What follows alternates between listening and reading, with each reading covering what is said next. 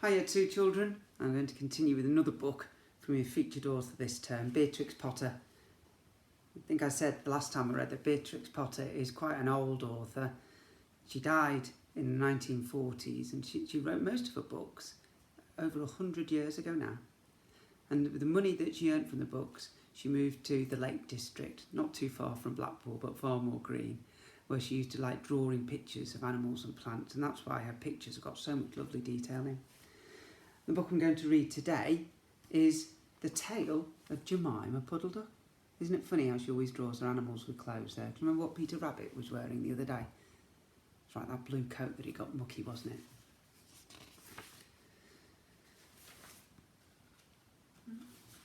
What a funny sight it is to see a brood of ducklings with a hen. Listen to the story of Jemima Puddle-Duck, who was annoyed because the farmer's wife would not let her hatch her own eggs.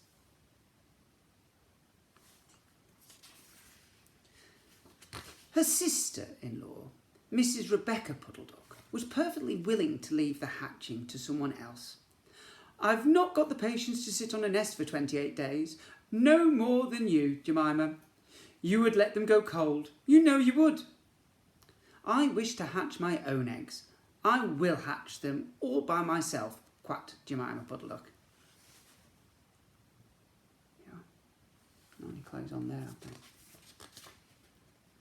She tried to hide her eggs, but they were always found and carried off. Jemima Puddle-Duck became quite desperate.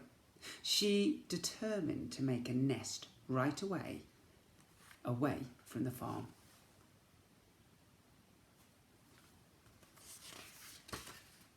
She set off on a fine spring afternoon along the cart road that leads over the hill. She was wearing a shawl and a poke bonnet. She's wearing clothes now. When she reached the top of the hill, she saw a wood in the distance.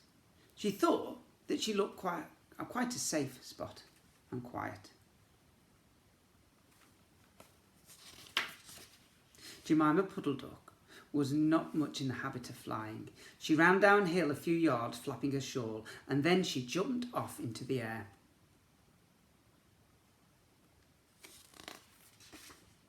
She flew beautifully when she got a good start.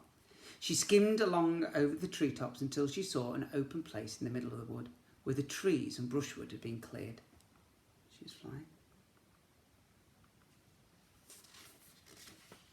Jemima alighted rather heavily and began to waddle about in search of a convenient dry nesting place. Ooh, what do you think alighted means? I wonder if you could clarify that word for me. She rather fancied a tree stump amongst some tall foxgloves. But, seated upon the stump, she was startled to find an elegantly dressed gentleman reading a newspaper. He had black prick ears and sandy-coloured whiskers. "Quack," said Jemima Puddle-Duck, with her head and her bonnet to one side. "Quack." I wonder whose ears that might be. The gentleman raised his eyes above his newspaper and looked curiously at Jemima. "Madam, have you lost your way?" he said. He had a long, bushy tail, which he was sitting upon, as the stump was somewhat damp. Jemima thought him a mighty civil and handsome person. She explained that she had not lost her way, but that she was trying to find a convenient dry nesting place. See who it is. Wonder what he might do.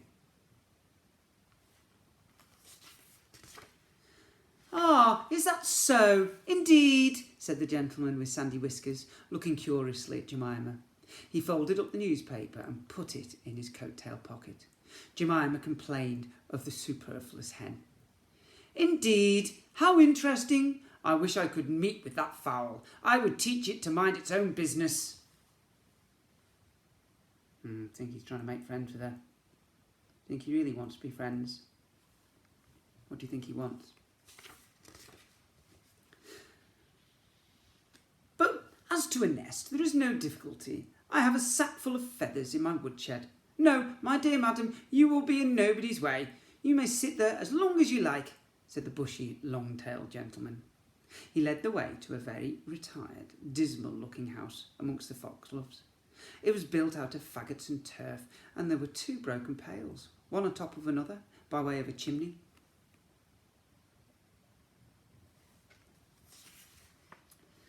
"This is my summer residence. You would not find my winter house so convenient," said the hospitable gentleman. There was a tumble-down shed at the back of the house, made of old soap boxes.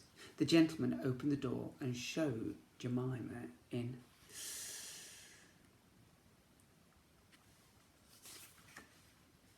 The shed was almost quite full of feathers. It was almost suffocating, but it was comfortable and very soft. Jemima Puddle-Duck was rather surprised to find such a vast quantity of feathers, but it was very comfortable, and she made a nest without any trouble at all. I wonder why there might be so many feathers in there. When she came out, the sandy-whiskered gentleman was sitting on a log reading the newspaper. At least he had it spread out, but he was looking over the top of it. He was so polite that he seemed almost sorry to let Jemima go home for the night. He promised to take great care of her nest until she came back again the next day. He said he loved eggs and ducklings. He should be proud to see a fine nestful in his woodshed. I bet he would.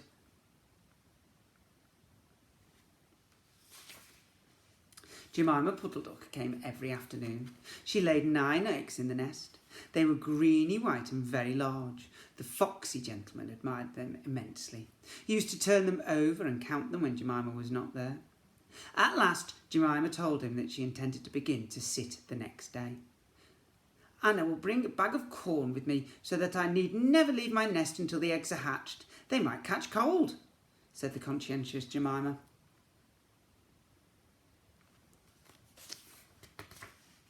"Madam, I beg you not to trouble yourself with a bag. I will provide oats. But before you commence your tedious sitting, I intend to give you a treat. Let us have a dinner party all to ourselves. May I ask you to bring up some herbs from the farm garden to make a savoury omelette, sage and thyme and mint and 2 onions and some parsley.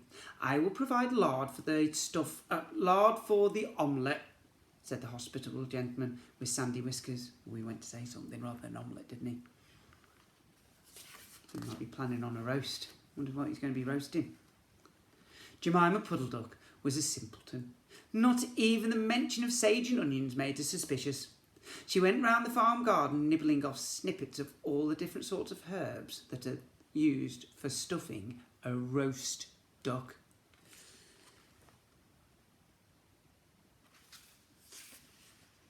And she waddled into the kitchen and got 2 onions out of a basket. The collie dog, Kep, met her coming out. "What are you doing with those onions?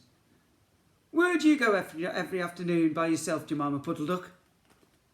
Jemima was rather in awe of the collie. She told him the whole story. The collie listened, with his wise head on one side.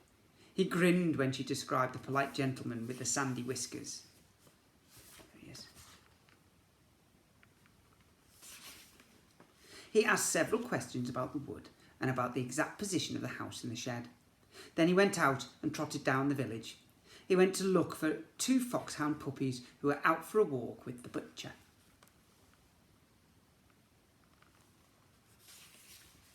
Jemima Puddle-Duck went up the cart road for the last time on a sunny afternoon. She was rather burdened with bunches of herbs and 2 onions in a bag. She flew over the wood and alighted opposite the house of the bushy, long-tailed gentleman.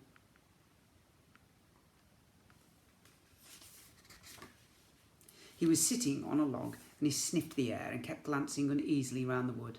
When Jemima alighted, he quite jumped. "Come into the house as soon as you've looked at your eggs. Give me the herbs for the omelette. Be sharp."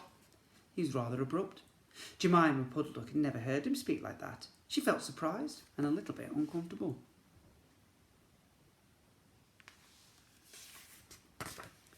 While she was inside, she heard pattering feet round the back of the shed. Someone with a black nose sniffed at the bottom of the door and then locked it. Jemima became much alarmed. Who's that coming there? A moment after, there was a most awful noise. Barking, baying, growls and howls, squealing and groans, and nothing more was ever seen of that foxy, whiskered gentleman. I think he got away though. Presently, Kep opened the door of the shed and let out Jemima Puddle-Duck. Unfortunately, the puppies rushed in and gobbled up all the eggs before he could stop them though. He had a bite on his ear and both the puppies were limping a little. I think they've been fighting the fox, don't you? Jemima Puddle-Duck was escorted home in tears on account of those eggs. Bless her, she must be upset. She laid some more in June and she was permitted to keep them herself, but only 4 of them hatched. Jemima Puddle-Duck said that it was because of her nerves, but she'd always been a bad sitter. There she is. At least she had some more babies another time, hey? Quite a long time ago, foxes used to get chased by hounds. They don't anymore, thank goodness. But I think that fox rather deserved to be chased. He got away though, didn't he? Boys and girls, hope you've been good at home. Remember our school's motto, if you see someone without a smile, give them one of yours and keep on smiling.